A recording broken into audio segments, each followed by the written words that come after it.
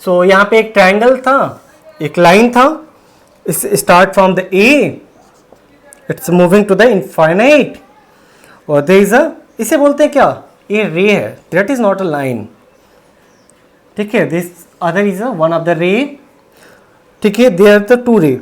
सो यहाँ पे angle A find कर रहा है, इसको बाइसेक्ट कर रहा है, कौन सा, एक यल लाइन, यल लाइन क्या कर रहा है, इसे बाइसेक्ट कर रहा है, इसे बाइसेक्ट कर रहा है।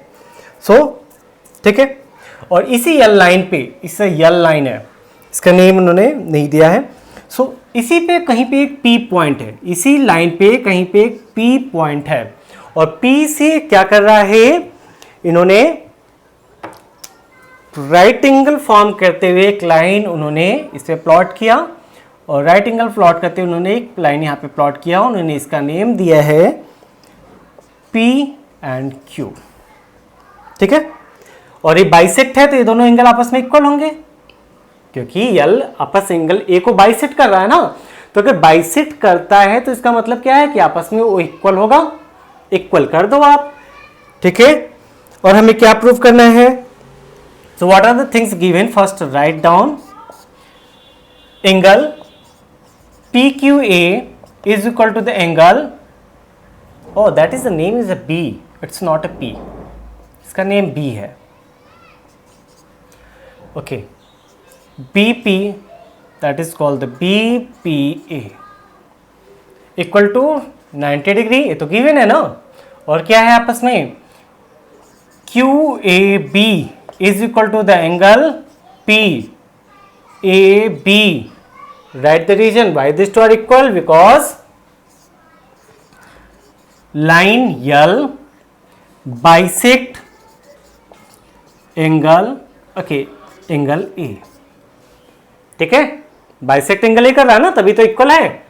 अब यहां पे देखो दो हो गया, गिवन हो गया, अब हमें क्या प्रूफ करना है, टू प्रूफ लिख लेते हैं, ओके। सो टू प्रूफ में हमें क्या लिखना है, फर्स्ट है triangle APB is congruent to the triangle AQB, और सेकंड है BP is equal to BQ, या आप कह सकते हैं कि B is equidistant from the same arm as angle A, ठीक है। सो इसको तो ऑब्वियसली हमें CPCT से करना ही होगा, क्योंकि CPCT के अलावा यहाँ पे इसे प्रूव करने का और कोई क्राइटेरिया नहीं होता, ओके। और ये आपका क्या है, कॉन्ग्रुएंसी रूल्स है, इसे कॉन्ग्रुएंसी रूल लगाना पड़ेगा। तो किसमें, ABP इस ट्रायंगल और AQB दूसरे ट्रायंगल, इन दोनों ट्रायंगल में कॉन्ग्रुएंसी रूल लगाना है हमें। चलो देखते हैं कैसे करते हैं हम लोग। सो यहाँ पे क्या क्या गिवन है, टू आ जाइए प्रूफ पे, ओके।